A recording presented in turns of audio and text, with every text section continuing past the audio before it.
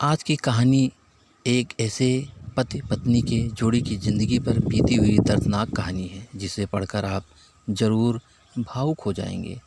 हम उम्मीद करते हैं कि आज की ये कहानी आपको ज़रूर पसंद आएगी और आप इसे अपने दोस्तों के साथ ज़रूर शेयर करेंगे। तो आइए चलते हैं कहानी पर। कहानी का शीर्षक है हमसफ़र। रीता कहती है, माँ मुझे पहले उसकी तस्वीर दिखाओ, फिर मैं फ़ैसला करूँगी हाँ या नहीं का। माँ ने रीता की तरफ देखा। अच्छा, हम तुम्हारे लिए क्या कोई अच्छा लड़का नहीं देखेंगे? रीता से गुस्से में माँ बोली, बस लड़का देखना है मुझे, उसकी तस्वीर मंगवा लें या लड़की को यहीं बुला लें।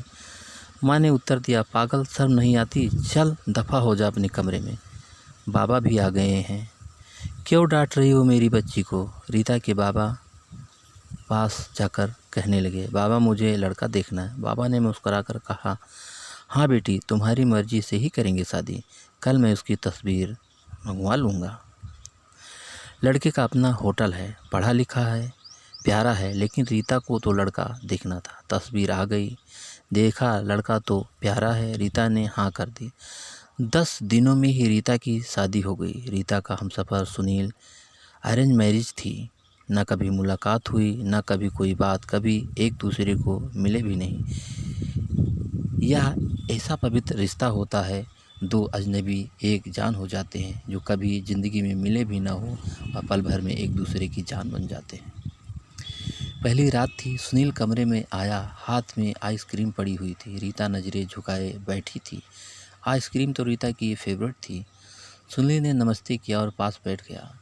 सुनील थोड़ा सा शरारती भी था। आइसक्रीम खाते हुए बोला, जितने पैसे शादी पर खर्च किए इतने की काश मैं आइसक्रीम खा लेता। रीता का घूंघट उठा कर बोला, आप खाएंगी? पहले तो रीता ने शर्माते हुए मना कर दिया, फिर सुनील ने प्यार से कहा, खा लो, प्यार बढ़ेगा। रीता को आइसक्रीम दी और खुद कपड़े बदलने लगा। रीता सारी आइसक्रीम खा गई। सुशील ने जब पूछा आइसक्रीम कहाँ है तो रीता मुस्कुराने लगी, वह तो मैं खा गई। सुशील भी मुस्कुराने लगा, बहुत कंजूस हो आप, पहले कहती नहीं खाती, अब देखो सारी की सारी खा गई। हाय मेरे आइसक्रीम 50 की थी। रीता सुशील को पहले ही रात इतना तो समझ गई कि सुशील दिल का बहुत अच्छा है। रात भर मोहब्बत भरी बातें होती रही। ज़िंदगी अपनी असल मंजिल की तरफ मुड़ गई। वक्त गुजरने लगा। रीता के भाई की शादी थी। रीता 4 महीने की प्रेग्नेंट भी थी। रीता ने सुशील से कहा, मुझे भाई की शादी में जाना है। सुशील ने रीता के पास बैठकर बोला, रीता, डॉक्टर ने आपको लंबी यात्रा करने से मना किया है, इसीलिए मैं कोई रिस्क नहीं लेना चाहता। मैं नहीं इजाज़त दे सकता शादी में जाने की। रीता को बहुत गुस्सा आया। उसने बोला, सुशील, आप पागल तो नहीं हो गए हो? मेरे भाई की शादी और आप जानने से मना कर रहे हैं। आप मुझे कार में छोड़कर आराम से जाना। सुशील ने रीता का हाथ पकड़कर बोला, रीता, क्यों बेकार की जिद करती हो? डॉक्टर ने यात्रा करने से मना किया है। मैं नहीं जाने दे सकता तुमको। तुम लापरवाह हो जाती हो और मैं तुमको किसी और के भरोसे नहीं छोड़ सकता। इतना कहकर सुशील कमरे से बाहर चला गया। रीता रोने लगी। उसने अपनी माँ को फ़ोन किया और बोला कि सुशील मना कर रहा है। माँ ने समझाया, अगर वो मना कर रहा है तो मत आओ। लेकिन रीता की भाभी और भाई जिद करने लगे कि क्यों नहीं आने दे रहा सुशील हमारी बहन को। वो रात में रीता के घर आए। सुशील भी उस टाइम घर पर ही था। वो बोलने लगे कि मेहंदी है, 3 दिन की ही तो बात है, हम रीता को लेने आए हैं। सुशील ने रीता की तरफ देखा। रीता, मैंने क्या कहा था तुमसे? रीता ने नज़र झुका ली और कमरे में चली गई। सुशील को गुस्सा तो बहुत था, लेकिन सब्र कर लिया। 1000 रुपये जेब से निकाले और रीता को दे दिए और बोला, या कुछ पैसे रख लो, बाकी और चाहिए तो ले लेना, मैं आऊँगा कल। रीता बहुत खुश थी। सुशील ने अपने सीने से लगाए रीता को बोला, अपना ख्याल रखना। रीता फिर शादी में चली गई। मेहंदी की रात रीता की बुआ की लड़की भी आई थी। दोनों साथ में खूब डांस किया। बारात वाले दिन जब भाई की बारात लड़की वालों के घर पहुंची तो बारिश हो रही थी। गली में काफ़ी कीचड़ था। रीता का पाँव फिसला और वो गिर गई। रीता गिरते ही उसके पेट में दर्द होने लगा और रीता ज़ोर ज़ोर से रोने लगी। जल्दी से रीता को अस्पताल ले जाया गया। रीता दर्द से चिल्ला रही थी। जब सुशील को रीता के बारे में पता चला तो सुशील घबरा गया। वह जल्दी से अस्पताल पहुंचा। डॉक्टर रीता को इमरजेंसी वार्ड में ले गया। सुशील बहुत परेशान था। उसके दिल की धड़कन बेकाबू थी और जुबां पर ईश्वर का जाप था। बाकी सब लोग शादी की खुशियां मना रहे थे, लेकिन यह सुशील परेशान खड़ा था। कुछ देर बाद डॉक्टर कमरे से बाहर आए। उन्होंने सॉरी कहते हुए बताया, आपका बच्चा मर चुका है। सुशील बेजान होकर कुर्सी पर बैठ गया। फिर बहुत हिम्मत करके जल्दी से वार्ड में गया। रीता रो रही थी और सुशील को देखकर मुंह मोड़ लिया। सुशील पास में बैठ गया और सर पर हाथ फेरने लगा। अच्छा चल, चुप कर मेरी जान, रोना बंद कर, बस ऊपर वाले की मर्जी थी। रीता फूट फूट कर रोने लगी और बोल रही थी, सुशील मुझे माफ़ कर दो, मुझसे गलती हो गई है। सुशील ने आंसू से भीगी हुई पलकों को चूम लिया। अरे बस बस मेरी जान, रोती नहीं, बस ऊपर वाले की मर्जी थी, चुप हो जाओ। रीता खुद को गुनहगार समझ रही थी।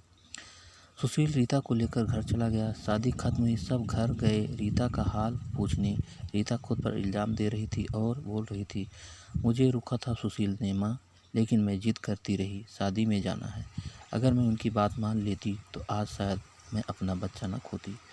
सुशील समझ रहा था रीता के दिल ही दिल में खुद को कसूरवार ठहराई थी, इसीलिए सुशील प्यार से समझाता रहा रीता को, अरे पागल, खुद को परेशान न कर, ऊपर वाले की मर्जी थी ना, ऊपर वाले ने चाहा तो हम फिर से औलाद जरूर देंगे।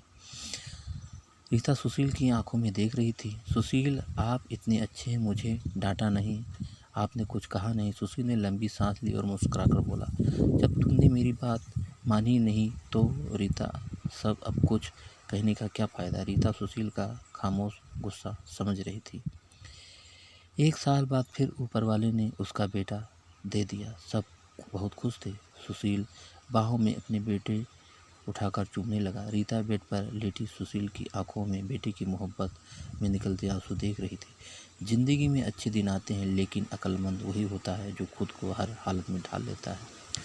सुशील के 2 भाई थे जो सुशील से अमीर थे। उन दोनों भाइयों का अपना अच्छा खासा बिजनेस था, लेकिन सुशील का छोटा सा होटल था जिससे बस गुजारा हो रहा था। एक दिन रीता ने जिद किया कि सुशील, बच्चों को गर्मी लगती है, इसीलिए बहुत रोते हैं, मेरे कमरे में एसी लगवा दो। सुशील ने रीता के सर पर हाथ रखकर बोला, अरे रीता, पागल हो गई हो क्या, मेरे पास इतने पैसे नहीं हैं। लेकिन रीता जिद करके बैठ गई थी कि मुझे मेरे कमरे में एसी चाहिए। सुशील अपने बेटे को सीने पर रखकर खेल रहा था उसके साथ। रीता बस एसी लगवाने की जिद किए बैठी थी। सुशील ने रीता का हाथ पकड़कर अपने करीब किया और बोला, रीता, पता नहीं क्यों इतनी जिद्दी हो तुम, लगवा दूंगा एसी। फिर बाद में सुशील ने एसी लगवा दी कमरे में। कुछ समय बाद ऊपर वाले ने उन दोनों को एक बेटी दी। वे दोनों बहुत खुश थे।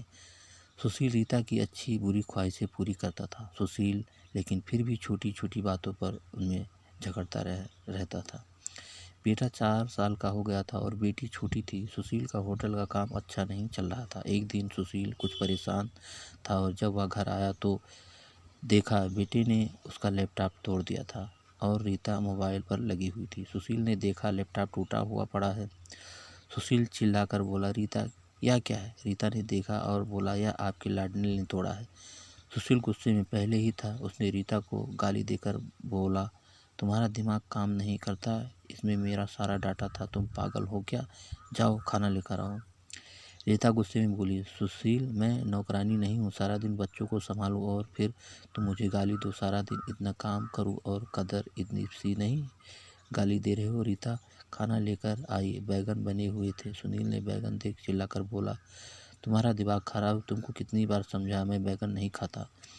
सुशील ने खाना उठाकर फेंक दिया और उठकर बाहर चला गया। इतने में बेटे ने कांच का गिलास तोड़ दिया और उसके हाथ पर लग गया। उसके हाथ से काफ़ी खून बहने लगा। रीता ने बेटे को 1-2 थप्पड़ लगा दिए और बोलने लगी, बहुत तंग आ गई हूँ मैं तुम बाप बेटे से। बेटे को उठाकर कमरे में ले गई और रोने लगी, साथ ही गुस्से में बोल रही थी, 5 साल हो गया है इस इंसान के साथ, मेरी कदर ही नहीं। इसके बाद बेटे के जख्म पर मरहम लगाने लगी। रात भर सुशील घर न आया। रीता ने भी फ़ोन करके पूछा नहीं। रीता ने अपनी माँ को बताया, सुशील आजकल न खर्चा दे रहा है, ना अच्छे से बात कर रहा है, गालियाँ देता है। माँ ने कहा, अच्छा हम उससे बात करते हैं। सुशील को महसूस हुआ कि रीता के साथ उसने अच्छा नहीं किया। उसने सोचा कि घर चलकर रीता से माफ़ी मांग लेता हूँ। लेकिन जब वो घर पहुँचा तो उसने देखा कि घर में रीता के माँ बाप, चाचा सब आकर बैठे हुए थे। सुशील ने रीता की तरफ देखा। रीता खामोश रही। उसने सबको नमस्ते किया। उसके बाद बात शुरू हो गई। माँ चिल्लाकर बोली, बेटा तुम खर्च नहीं देते तो रीता को क्यों गालियाँ देते हो? सुशील ने गुस्से से कहा, इसको सब कुछ देता हूँ, बस यह तमाशा लगाना चाहती है। रीता भी गुस्से में थी। वह भी गुस्से में बोली, क्या देते हो? महीने में 1000 देते हो, जिसका दोनों बच्चों का दूध भी पूरा नहीं होता। एहसान करते हो मुझ पर, तुम्हारे बच्चों पर खर्च करती हूँ। इतना बढ़ गई कि सबके सामने सुनील ने रीता को थप्पड़ मार दिया। रीता की माँ को बर्दाश्त न हुआ। वह अपनी बेटी को साथ ले गई। दोनों बच्चे भी साथ गए। सुशील ने भी उन्हें रोका नहीं। रीता नाराज होकर चली गई। रीता को थप्पड़ ज़्यादा जोर का लगा था और चेहरे पर निशान बन गया था। माँ भी रोने लगी। न जाने पहले भी कितना जुल्म करता होगा मेरी बेटी पर। सुशील पहले से ही अपने होटल की कमाई न होने की वजह से परेशान था और यह परेशानी और बन गई थी। रीता मायके में थी। सुशील यहाँ घर में परेशान था। हालत इतनी ख़राब हो गई कि सुशील को अपना होटल बेचना पड़ा। 2 महीने गुजर गए। दोनों एक दूसरे से बात तक नहीं की। दोनों गुरूर में थे। सुनील को लगता था कि वह खुद गई है खुद आएगी, और रीता की अकड़ थी कि सुशील बनाने तो आएगा ही ज़रूर। ऐसे ही 8 महीने गुजर गए, लेकिन बातचीत नहीं हुई। सुशील के एक दोस्त ने सुशील से पूछा, कमाने विदेश जाओगे? तो बताओ, मेरे पास वीज़ा है। हालत काफ़ी बुरी थी, इसीलिए सुशील विदेश चला गया और नंबर बंद हो गया। 1 साल गुजर गया। दोनों ने एक दूसरे से कोई बात नहीं की। रीता अपने भाई से ज़रूरत का खर्च ले लेती थी, लेकिन भाई भी कब तक खर्च देता? उसका खर्च भी था। कभी रीता के बच्चे कोई नुकसान कर देते या कोई चीज़ तोड़ देते तो रीता की भाभी हज़ारों बातें सुनाती। रीता चुपचाप सुन लेती थी। क्या करती? आखिर किसी को कुछ बताती भी न थी। दिवाली का दिन था। रीता ने भाई से कहा, पैसे दे दो, बच्चे को शॉपिंग करवानी है। भाभी पास से बोली, बहन इनके लिए हमारे पास फालतू के पैसे नहीं हैं। उस इंसान के साथ नहीं रह सकती तो तलाक लेकर किसी दूसरे से शादी कर लो और जाओ यहाँ से। रीता उस दिन बहुत रोई। उसे एहसास होने लगा था उससे कितनी बड़ी गलती हुई है सुशील को छोड़कर। सुशील भी दुबई में बच्चों को याद करके बहुत रोता था। उधर रीता के भाई ने रीता के लिए एक आदमी देखा था जिसकी पत्नी की मृत्यु हो चुकी थी और उसके 4 बच्चे थे। सुशील सोच रहा था कि रीता तो महसूस सी है, थोड़े से गुस्से पर नाराज़ हो जाती है। मैं खुद उससे माफ़ी मांग लूँगा अपनी जान से। वह टिकट करवाकर हिंदुस्तान वापस आ गया। रीता रो रो कर भगवान से अपनी गलती की माफ़ी मांग रही थी। हे ऊपर वाले, मुझे माफ़ कर दे, मुझे मेरा सुनील वापस कर दे। रीता रात भर रोती रही और सुबह जब वह बेटी को स्नान करवा रही कि दरवाजे पर घंटी बजी। भाभी ने दरवाज़ा खोला तो सामने सुनील खड़ा था। रीता की नज़र पड़ी सुशील पर। रीता नंगे पांव दौड़ते हुए जाकर सुशील के सीने से जा लगी और ज़ोर ज़ोर से रोने लगी और बोली, सुशील बहुत प्यार करती हूँ तुमसे। और सुशील के पाँव पकड़ लिए। माफ़ कर दो सुशील मुझे। रीता सुशील के साथ घर वापस आ गई। दोनों खुशी से सब बातें भूलकर जीने लगे। लेकिन वह इस समाज को इतना बता गई कि जज्बात में जुदा हो जाना बहुत आसान है, लेकिन जुदा होकर जीना बहुत मुश्किल है। जो दर्द एक हमसफ़र महसूस कर सकता है वह कोई और नहीं समझ सकता। तलाक लेकर ज़िंदगी बर्बाद न करें। सब वक्त के साथ बदल जाता है। हाँ, अगर नहीं बदलता तो वह हमसफ़र। अगर कोई नाराज़ है या घमंड है तो उसको मना लो, इससे पहले कि देर हो जाए। अगर मेरी कहानी किसी एक के भी दिल में घर कर गई तो मेरा मकसद पूरा हो जाएगा। आजकल छोटी छोटी बातों पर घर उजड़ रहे। अगर थोड़ी बर्दाश्त कर लें तो ऐसा घर ना उजड़ेगा। हम उम्मीद करते हैं कि ये कहानी आपको ज़रूर पसंद आई होगी। आपको ये कहानी कैसी लगी हमें कमेंट करके बता सकते हैं। हम आगे भी आपके लिए ऐसी कहानियाँ लेकर आते रहेंगे। तब तक के लिए नमस्कार, धन्यवाद।